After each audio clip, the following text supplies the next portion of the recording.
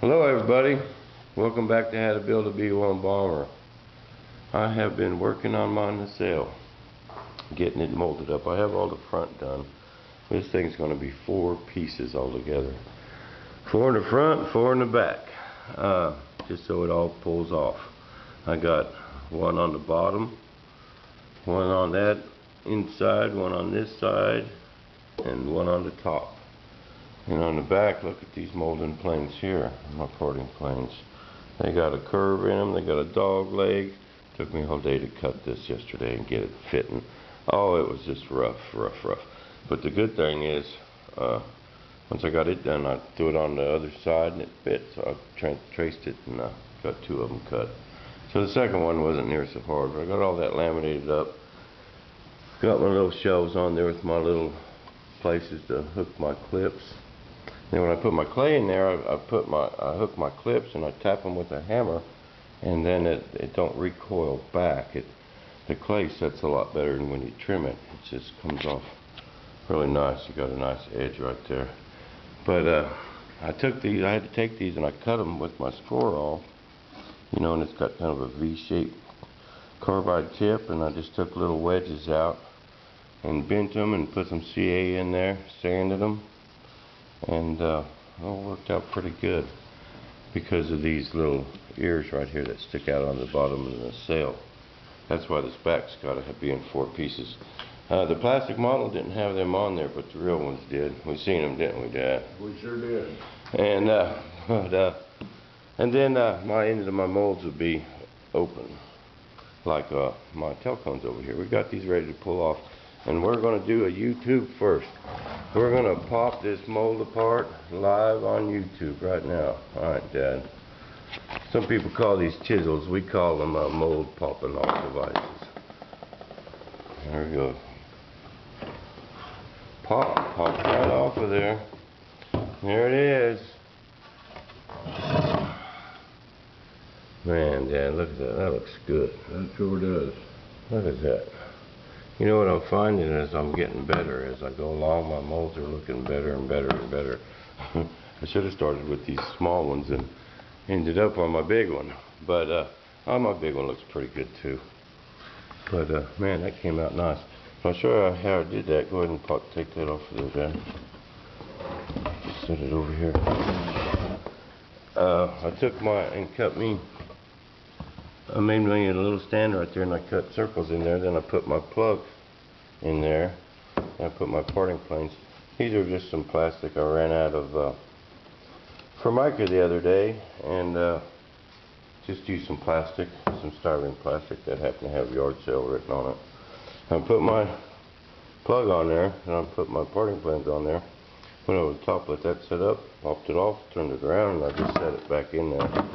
Like that, my whole plug, and did the top. And that's what I have.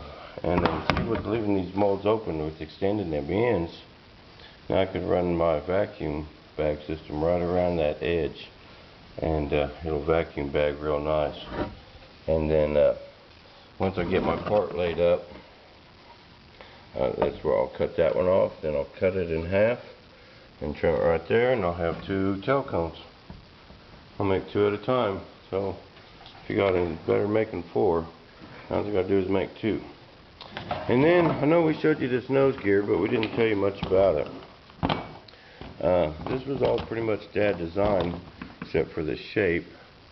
But in order to have the steering come out the top, you had to run that shaft all the way through it.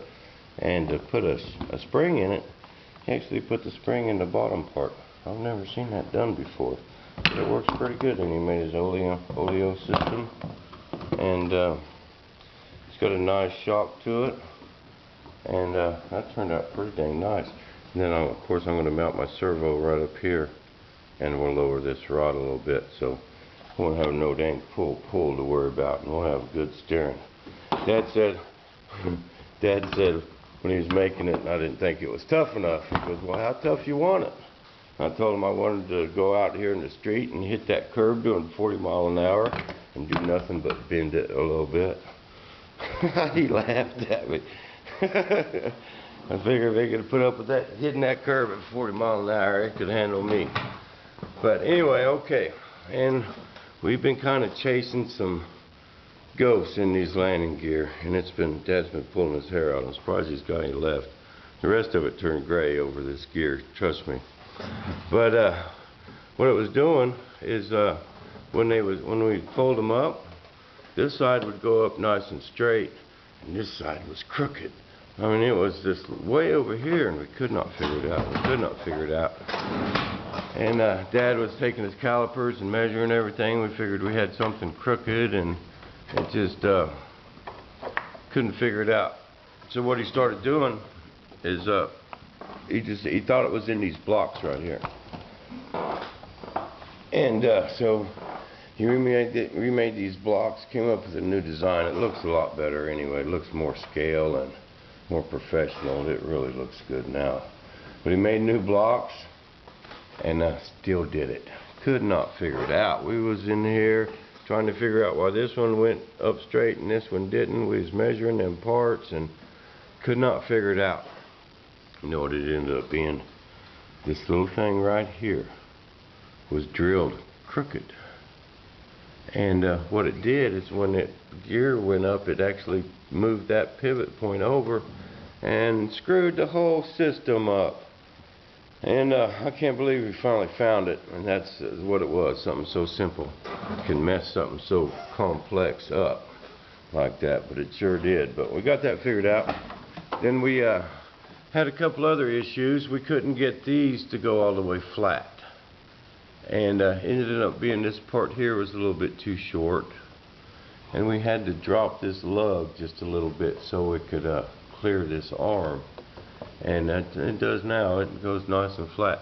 See, there's a little wheel up there, and on top of the fuselage there's a little track. It just goes up. When the gear go up, it hits that track and folds him nice and flat and tucks it right inside the fuselage. And pretty nice setup. And we got our hydraulic cylinders for our hydraulic unit, and these are some pretty nice units. I'll show you where I got them. But this is they got 1032 holes already tapped in the air cylinder, and what that does is that lets you put bigger fittings in there, and you get a lot better flow out of that hydraulic system.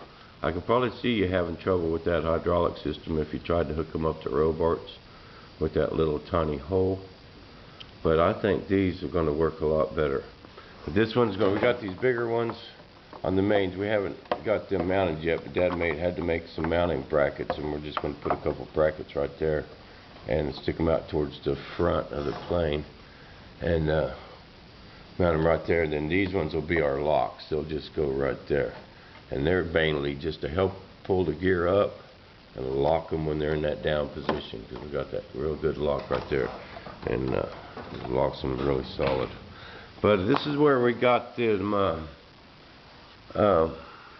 cylinders, clippered mini-matics. I looked up fittings on the computer, and they gave me a bunch of places. And I went to their website, and I couldn't hardly read their website. It was just real hard for me to go through. And there was I was getting frustrated, and I seen a place where it said, "Click here for a catalog."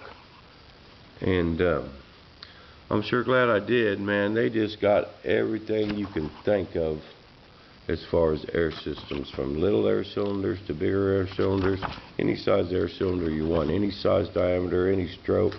They got fittings.